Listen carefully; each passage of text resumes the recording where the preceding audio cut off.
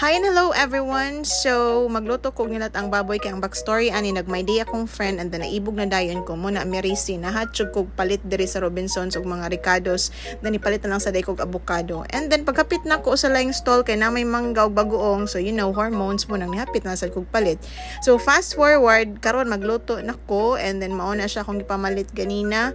Ako lang na siyang hugasan and tadtaron and then mao ni ang pork nga akong gipalit. Pito ni kabog pero almost 200 ka mahal bas mga palaliton karon. Oy sus lisod na kayo mag-budget as a mama. So kana ako ra nang gigisa diha or giprito kay para pakupsan gamay and then mao ni ang mga ricados at sal, bombay, ahos, ginger kun sa padera.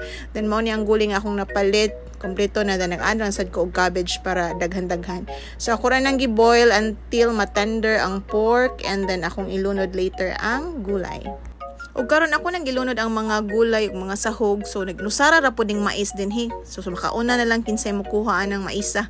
Unya mo ni siya ni mga Chinese pechay, onion leaves. So nya nag-add lang sad ko sa katong whole cabbage para madaghan siya kay ganahan man akong daughter og sana ning cabbage good. So tender na kayo ang pork nya nindot na kay pagkabukal. So ana na gid akong husband ning gabot, "Mommy, let's eat." O diba? Happy kayong husband kay na init nga sabaw. That's it. Bye.